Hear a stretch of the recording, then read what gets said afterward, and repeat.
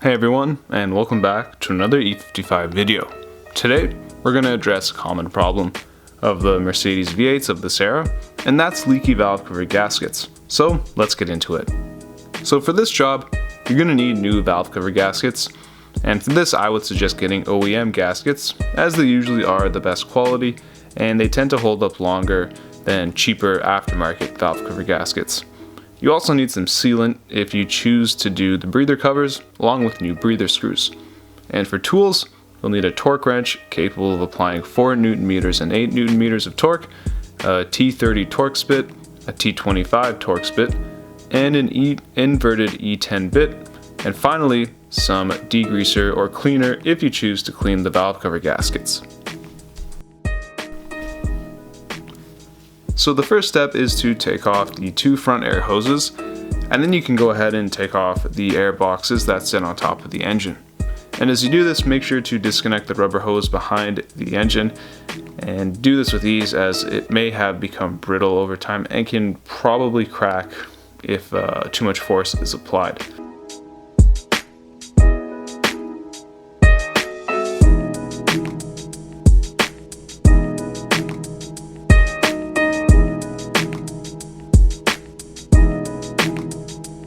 I also chose to put a rubber glove to cover the intake, just so nothing gets into the engine.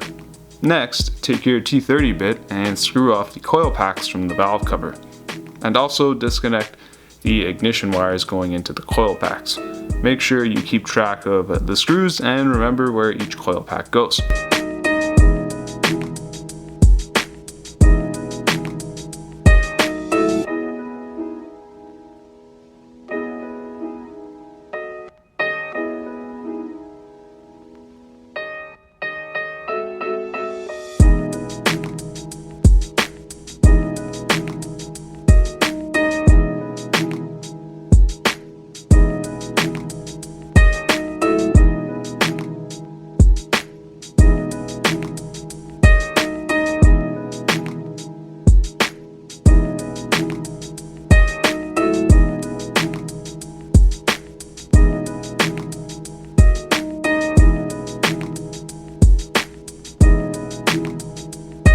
I also chose to take off the coil packs and disconnect the spark plug wires. You don't necessarily need to do this, but removing the coil packs and wires will give you much more room to work with. It also might be a bit tricky to remove the wires. In fact, I actually couldn't get out the second to last coil pack because one of its wires was just really in there, so I just left it in there.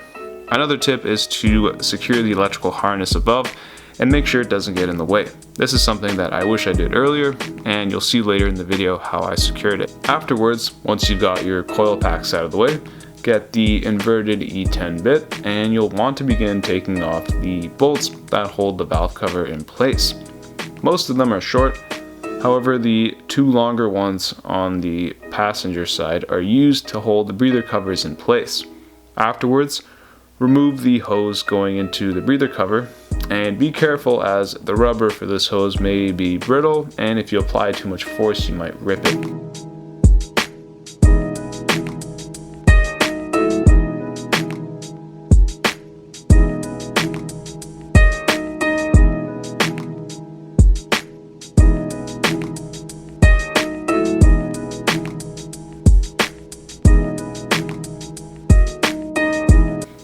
Once that is done, remove the valve cover carefully, and once you have the valve cover off, you can peel off the gasket. It should come off with relative ease.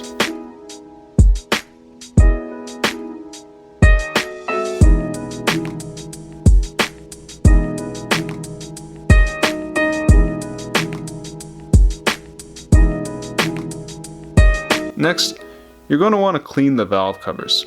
And to do this, you're going to first need to take off the breather cover and then clean the valve covers as desired.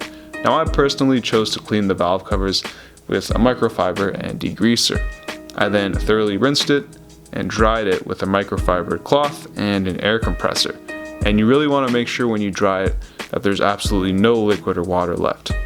And as you're cleaning the valve covers, make sure to especially thoroughly clean the groove where the valve cover gasket sits, because chances are if there's any remaining oil or sealant from when it was applied before, the gasket might not sit properly and you may have another oil leak happening. Now, if you do choose to do the breather covers, make sure to apply a very thin layer of sealant around the grooves. Afterwards, once you put the breather covers back on, torque the screws to a max of 4 Newton meters and no more using a T25 bit.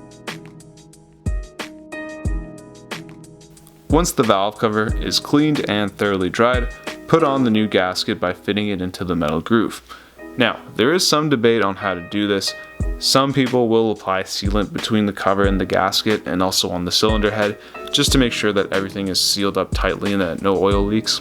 I chose not to do it. I just put the gasket on the bare metal because honestly you don't need to do it, and Mercedes specification for this job says to just put the gasket on without any sealant.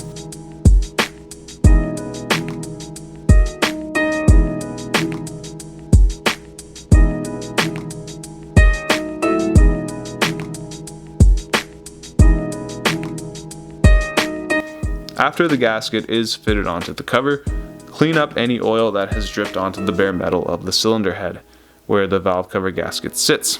And you really want to ensure that this section of metal is really clean, because you want to ensure that the valve cover gasket is flush with the metal.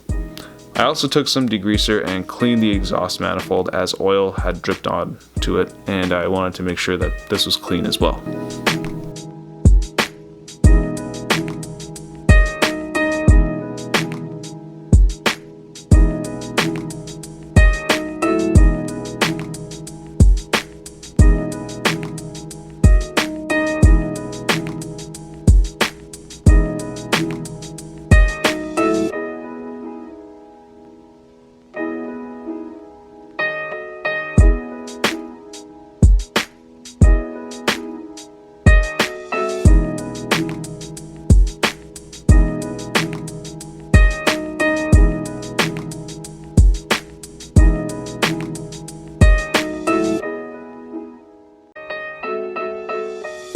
Once the valve cover gasket is sitting on the head and the valve cover is back in place, you're going to take your torque wrench and torque on the bolts to fasten back the cover.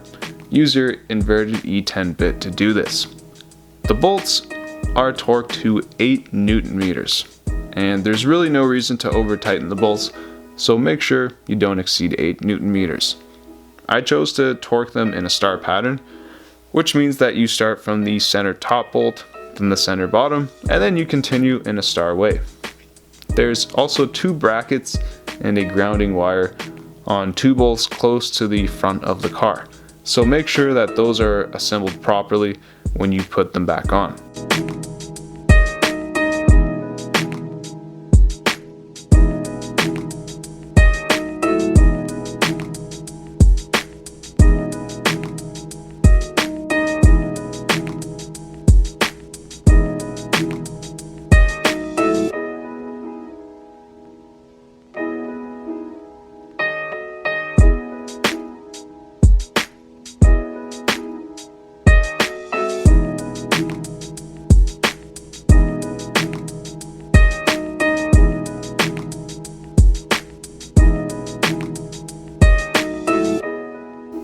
Afterwards, put back the coil packs in the same order as before using your T30 bit.